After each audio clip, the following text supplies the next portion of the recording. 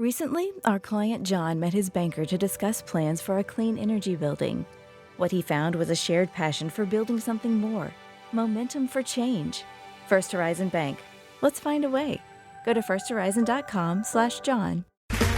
Okay, round two. Name something that's not boring. A laundry? Ooh, a book club. Computer solitaire, huh? Sorry, we were looking for Chumba Casino. That's right. ChumbaCasino.com has over 100 casino-style games. Join today and play for free for your chance to redeem some serious prizes. ChumbaCasino.com. No purchase necessary. Void where prohibited by law. 18 plus. Terms and conditions apply. See website for details. Welcome to Pretty Lies and Alibis. Join us as we seek the truth and travel the long road to justice.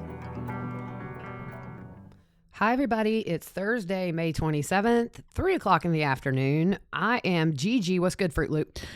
A lot of stuff. Oh, my gosh. So I was working on an episode for later where, you know, all the big stuff came down and we've done our stuff about that. And then so I thought, well, we'll just go through the witness list and see who everybody was that testified. And then my phone started pinging. Ping, ping, ping, ping, ping. Oh my God. I had to plug my phone in. I got so many notifications that my battery was getting drained. So big news, big news.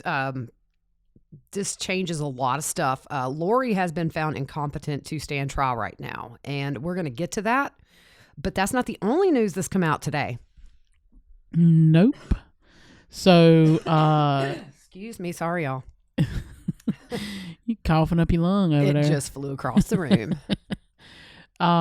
So Chandler PD submits conspiracy to commit first-degree murder charges to Maricopa County Attorney's Office. Oh, this is big. Yeah, and that has to do with Charles, right? Yeah, and so the penalty in Arizona is the same as Idaho. She is looking at life without parole for this. So Charles's family court attorney that he was using to start the process of divorcing Lori, they just released a statement. It says, this statement is made in response to recent developments in the murder investigation of our former client, Charles Vallow. We are grateful for the diligence shown by the many law enforcement agencies involved in Charles's murder investigation in Arizona, as well as the related homicide investigations taking place in Idaho. We are also grateful for the news that the Chandler Police Department has submitted their investigation to the Maricopa County Attorney's Office, recommending Lori Vallow be charged with conspiracy to commit first-degree murder in the death of Charles Vallow. Charles feared for his life and predicted his demise from the day he stepped in our office and said, if anything happens to me, it was Lori and her brother Alex who did it. Our hearts and prayers go out to all the people affected by those heinous crimes, and know that complete justice can never be achieved in these cases.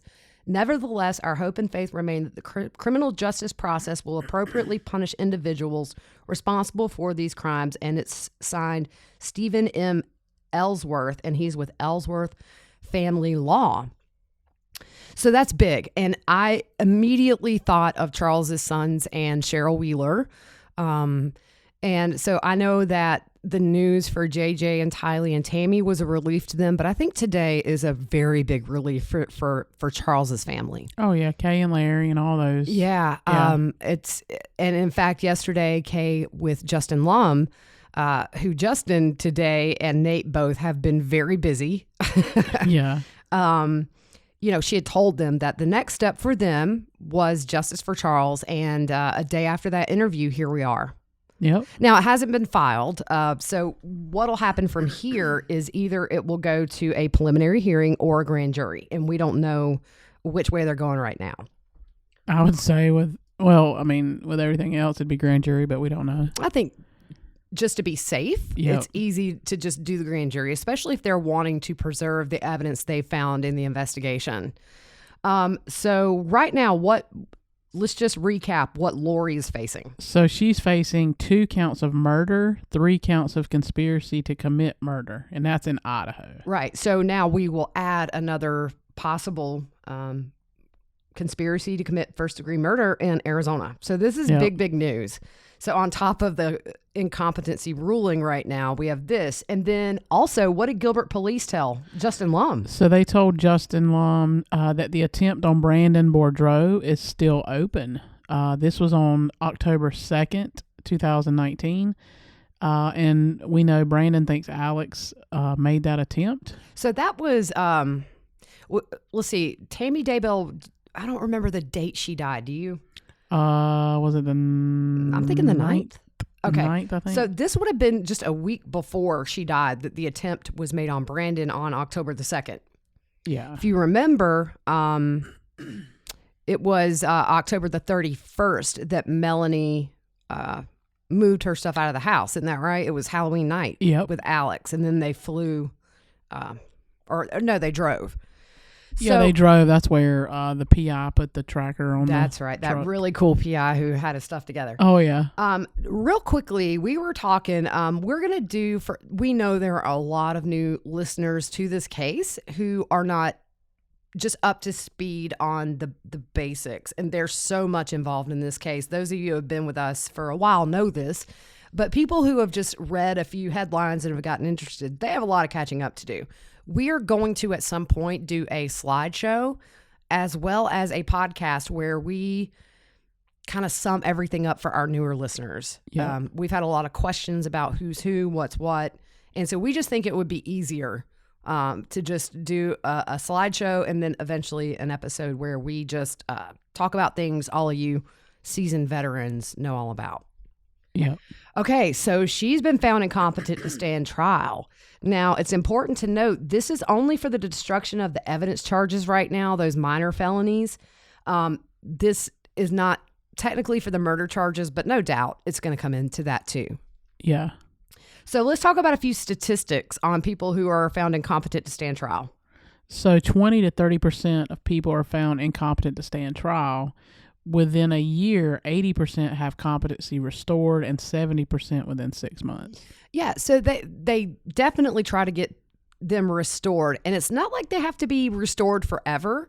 What they can do is if the psychologist or the psychiatrist or her treatment team sees that she is gaining her competency back, they can go to the court and say, hey, let's go ahead and get some hearings out of the way while she's competent.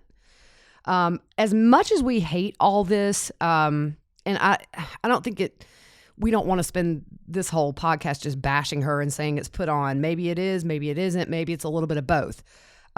This would be a violation of her due process not to investigate this. Yeah.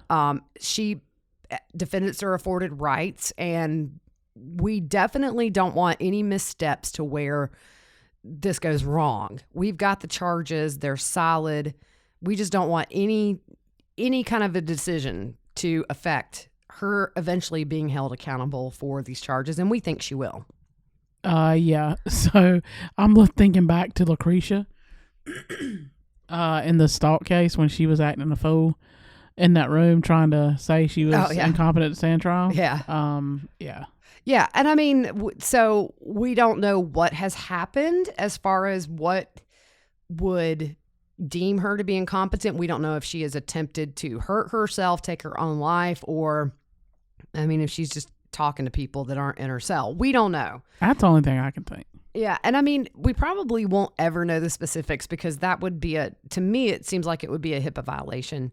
We're not allowed to know anything about her mental health, at least right now. Yep. So I don't think Rob Wood is contesting the findings, so it'll go to a hearing. And at that point, Rob Wood can cross-examine the psychiatrist who gave these tests to deem her incompetent. So, but I don't really think it's going to be overturned. I think Rob Wood's doing what he has to do because I think Rob Wood knows what's up. Yeah. This is very convenient. And she wasn't incompetent when she was planning all this and avoiding detection and traveling to remote islands in Hawaii. Yep. Lying. Yeah. All that stuff. I mean, to me, and I'll just say it now, is I think it is very reasonable to think she had a mental break in jail. It happens. I also think it is easy to delay this process by saying she's incompetent. and trying to have that proven. For sure. And we've heard rumblings that this was Mark Means more than Lori, but that's just, we try not to do rumor, but that was something that was shared with us today. Yeah. And he's going to try to do everything to get her off. So Right. We could sit here and bash him all day, but I mean, he's doing this for his client. At this point, we don't know if they're going to go for life or death. His job and Pryor's job, really, if death penalty is on the table, is not going to be to prove their innocence. It's going to be to save their life. That's going to become their job. Yeah. If death is an option. So anyways, what's going to happen from this point, Fruit Loop? So after being found incompetent, the defendant is committed by a judge initially for 90 days to jail or a state-run mental hospital or Idaho Department of Correction mental facility, or if they're deemed dangerously mentally ill, to a special ward in Idaho, maximum security institution. Yeah, and I think this definitely explains why we did not go through with the initial appearance yesterday. We thought it was a mental issue, and so it makes sense now. It's not what we wanted, but that's why this happened yesterday.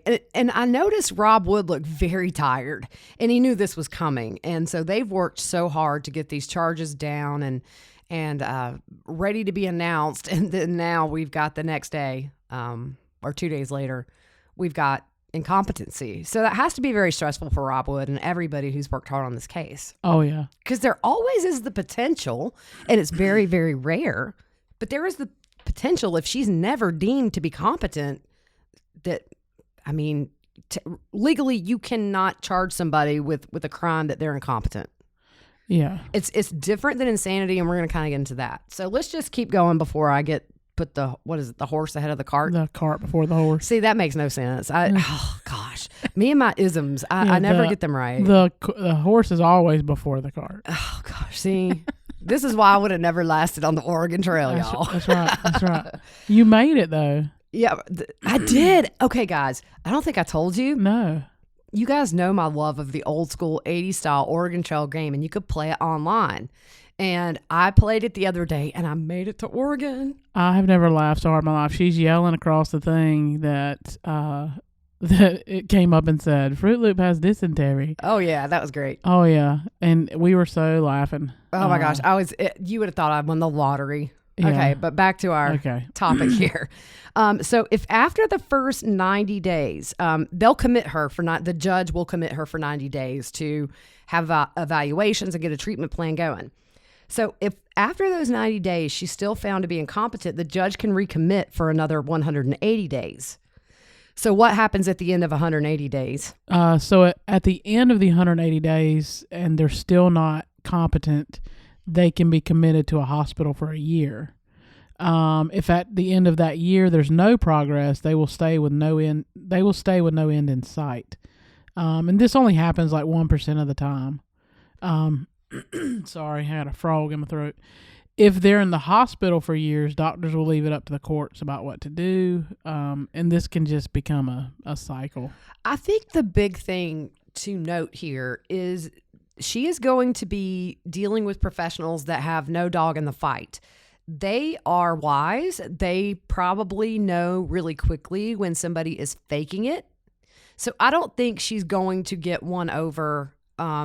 Maybe she was able to in Arizona a couple of times and with Joe Ryan when all that was happening, but she has a lot of problems now that she did not have back then, which is several murder charges, conspiracy to commit murder charges, and facing life or death. So I don't think she's going to be able to wiggle out of this if she is faking it as easily as she did in the past. Exactly. Rob Wood's going to be all over this. And I would guess some of his questions are going to be, what is the chances she's faking this to avoid the consequences? It's going to be fireworks. Well, we know she's a master manipulator. Yes, and she's always manipulated situations to avoid any kind of consequence. I mean, we've seen that pretty much from the time we're able to pull any kind of court documents relating to this woman. So I'm not surprised. I was not surprised with this announcement today, although you always are surprised, even though you say you're not going to be. Oh, yeah. Yeah. So if I don't think we've got there yet. If she is found competent, they recommend court dates quickly. Did we talk about this? Not yet. Okay. So they recommend court dates quickly while the defendant is competent. Right. So this is where it becomes a cycle from what I gather. So let's say that they deem she's competent, send her back to jail, and we have a couple of hearings. They can always become incompetent again. They're speaking as if there is a window here of competency. And so if she's found competent, she may go back, have 2-3 hearings, and then if she's deemed incompetent again, it just seems like it all starts over. This could be very bad for what we would consider a speedy trial. Yeah, I don't know. It's crazy. Yeah. That can just continue to go on like that. And yeah, it's kind of one of those things where sometimes I don't understand legal processes. It seems like a lot of times the defendants have way more rights than the people they killed. Yeah. But it's just in the Constitution. And I guess in some ways it's good that we have that system, because if we had a criminal justice system like Afghanistan where they put you in the public square the day after you're found of doing something, we wouldn't have as much crime. But defendants typically get it a lot easier because they just have so many more chances to where their victims had no chance. Exactly. Rant I mean, over. Yeah. So today we found out Judge Boyce was the one back in March. Today he ordered the proceedings to be halted for Lori based on a psychological assessment. The initial hold was put in on March 8th while the evaluation was completed. So if you remember, March 8th, those hearings paused. What I did not know is the courts mistakenly posted this very briefly, and East Idaho News saw it and they screenshotted it apparently, but they did not run the story back in March. And I think that's pretty cool, because that could have really thrown a wrench in this. That is definitely it could be HIPAA. It could violate her rights as a detainee. So, I mean, to me, that just shows the East Idaho News really cares about the integrity of this case. They've held on to that for a very long time. Yeah. Well, 2 months, but that's a long time in this case. Oh, exactly. 2 months is like a year. So let's see where we are. We talked about Rob Wood contesting these. Go Rob. So just remember, there's no insanity defense in Idaho. This isn't about her mental state at the time of the murders and the planning and all that. This is about her ability right now to know what's going on in her case. Yeah. So we looked up some stuff quickly, and Fruitly, why don't you just go ahead and kind of give a summary of what it means when they're found incompetent? So a defendant cannot be convicted of a crime if they are not mentally competent to stand trial. This would violate constitutional protections. Here we go with the words again. Oh my gosh. And thank you those who laughed at my epitome. And what did I say? Mooney. Yeah. So this would violate constitutional protections for defendants by denying them the right to a fair trial. Competency involves being able to understand the proceedings and play a role in their defense. Yep. I just don't see it, but I mean, I haven't been around her. I don't know if she had her break. I honestly don't know, but I just keep going back to what our source who's in prison tells us. It happens more times than not. That after a lengthy amount of time, and you and I were talking about this before we went on. I mean, there is a chance that she has come out of whatever fog or brainwashing that potentially she was under and has had a realization of what has happened. Yeah. And if you remember, Summer said in her whole conversation with Rob Wood that at different times you'll see a small glimpse of the old Lori. Right. So, and I'm just of the mindset, it's very easy to get the pitchforks out and say evil, evil, evil. And yes, I think that played a part, but there is something to be said for cult members and people that get brainwashed. And I'm not saying that as the entire excuse. I will always think it was contributing. Oh yeah. Was she crazy? Yes. Yes. Did she do a bunch of mean-spirited stuff? Yes. But we've said it from the get-go. Colby lived. Yeah. Tylee and JJ were alive until Chad came in the picture. Yeah. I'm not putting it all on him. I mean, It takes two to tango, but I think if you do all this stuff, you have to have a screw loose.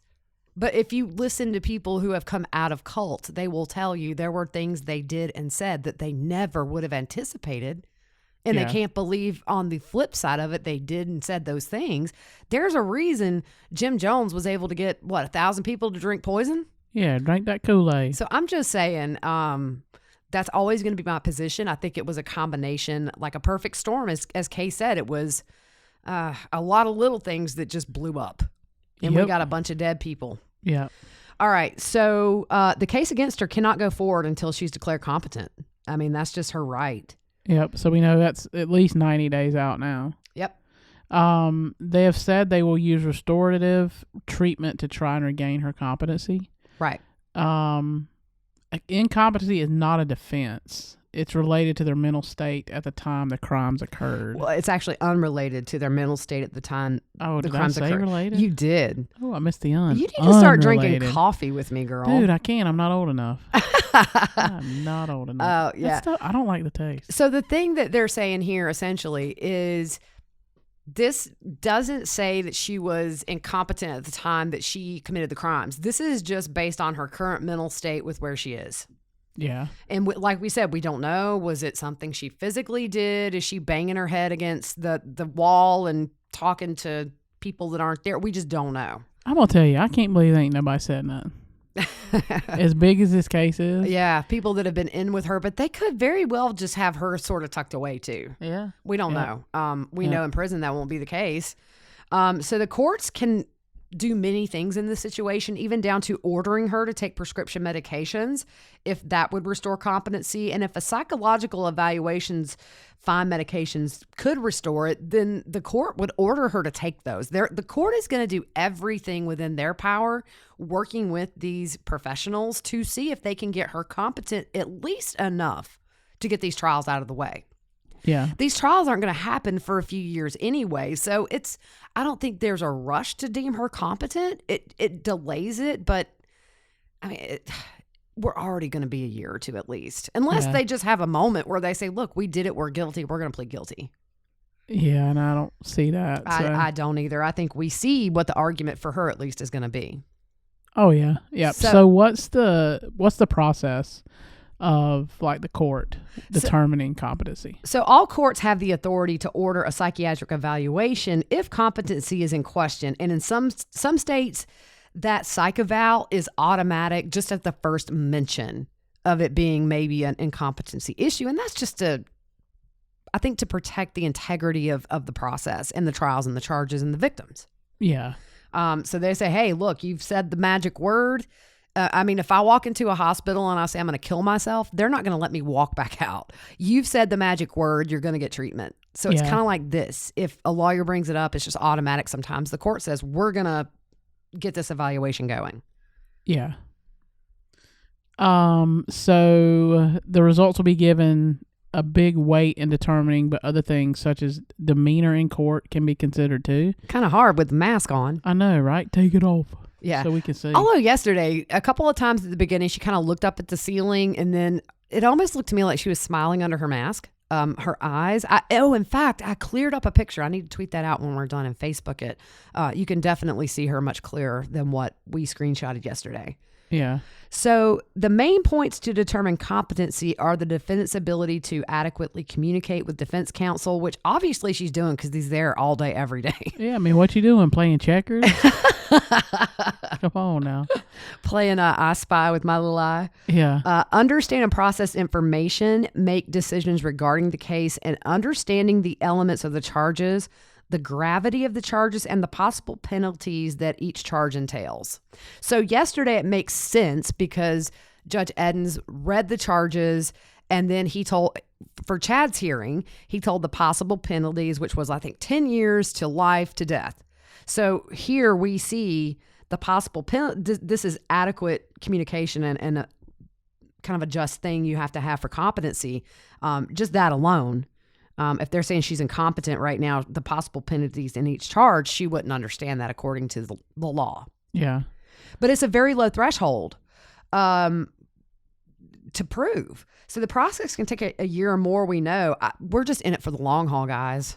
Oh yeah, yeah. It's not going to be a short thing here. It's going to be on and off, I think. Yes. So they'll do medication, therapy, and education of the judicial process are all ways to restore competency.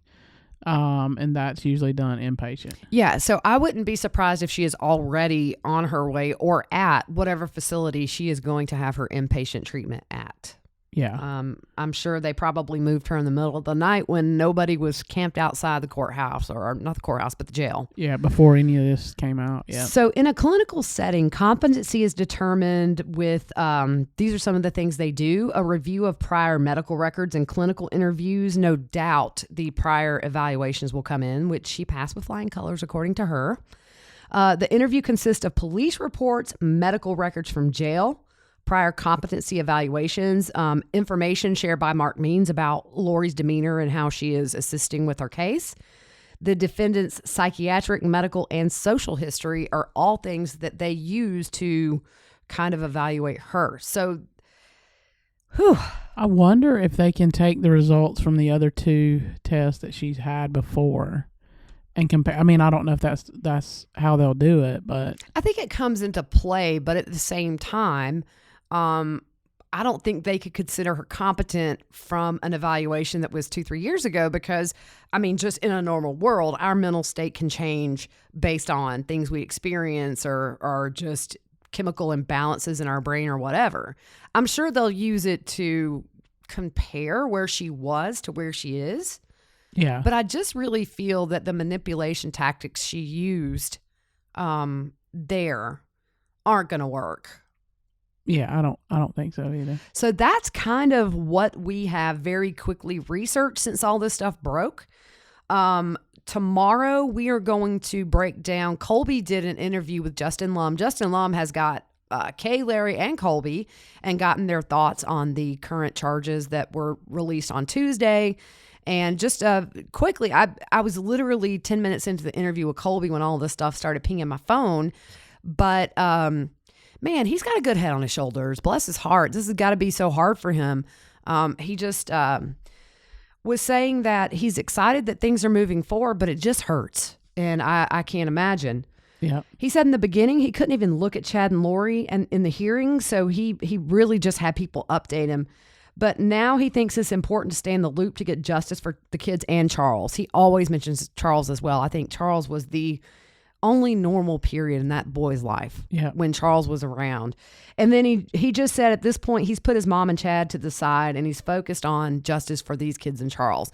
We're going to go a little bit further tomorrow. We're also going to kind of break down that witness list and see who testified more than once and who they're with.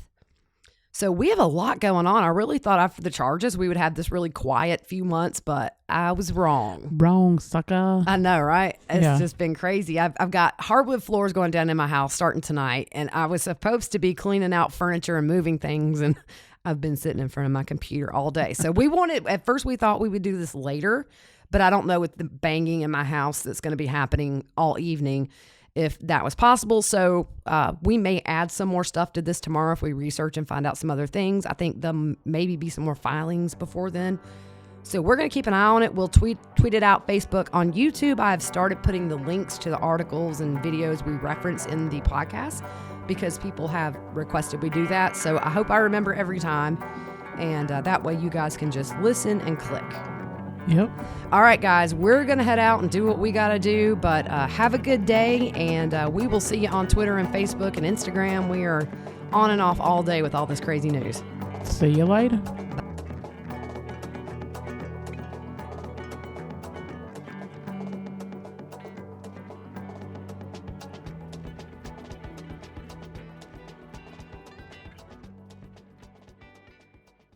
Judy was boring. Hello. Then Judy discovered ChumbaCasino.com. It's my little escape. Now Judy's the life of the party. Oh, baby, mama's bringing home the bacon. Whoa, take it easy, Judy. The Chumba life is for everybody. So go to ChumbaCasino.com and play over 100 casino-style games. Join today and play for free for your chance to redeem some serious prizes. ChumbaCasino.com. No purchase necessary. Void where prohibited by law. 18+ terms and conditions apply. See website for details.